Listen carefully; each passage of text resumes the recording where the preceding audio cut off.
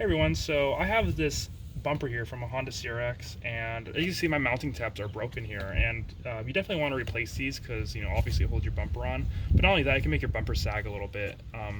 So what happened in my case is that, like, the broken ends right here were actually pried out a little bit, and it was causing my front bumper to sag. So in order to fix this, what I'm basically going to do is I'm going to take these 3D printed washers I have here, and I'm basically going to bond it to the bottom of it. That way you just get some extra structural support through the glue and through the plastic washer as well. So these, like I said earlier, these were all pried out. So one thing I did was I took a heat gun and I just heated this up and kind of pushed it in with my finger.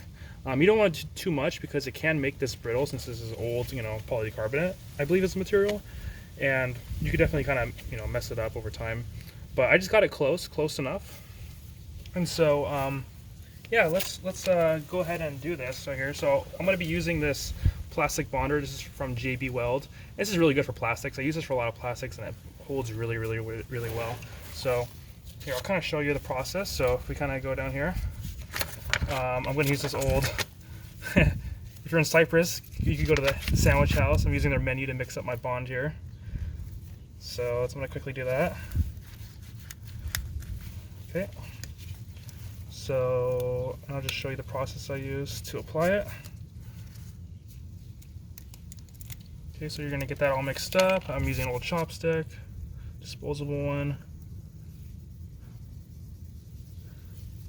Okay, you're just going to mix that up.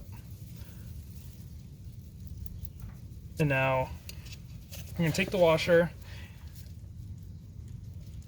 And so the nice thing about these 3D printed washers is custom size, to this. It's going to be the right hole, just the right hole. Just the trick there is you're going to have to line it up. But the reason you do that is just for the maximum structural strength possible. And also they're pretty thin, a little bit thinner than a typical steel zinc plated, press washer. So anyway, you're going to take your washer here, make sure you're wearing gloves, and just apply a little bit of the plastic bond, a very thin layer, you don't need a lot, to the washer. Okay. And this gets a little messy, that's why you want to wear gloves. And it doesn't need to be perfect because this stuff's so strong that it doesn't really matter. Okay. Next, you're just going to look over the top. I'm kind of going to get it in here. And I'm going to use these clips here. These clips will kind of help me hold it all in. So just put that underneath. And then I'm going to use this clip and just kind of clip it up, and I'll kind of smush it together and hold it in place. And take my other clip on the other side, clip it right there. Cool. And then if you have any excess glue, just take your other chopstick or whatever and just kind of clean that up like that.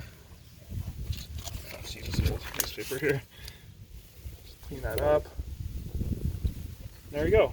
And just kind of let that sit.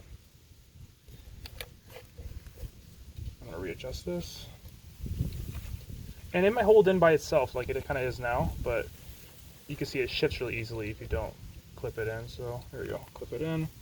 Cool. And then what you can also do is take some of that glue and you just apply it in the crack just to give it a bit more, extra strength there. Kind of let it fall into the crack.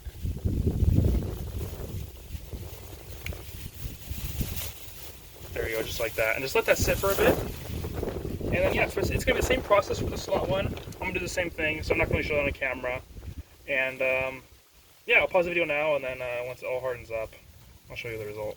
Thanks.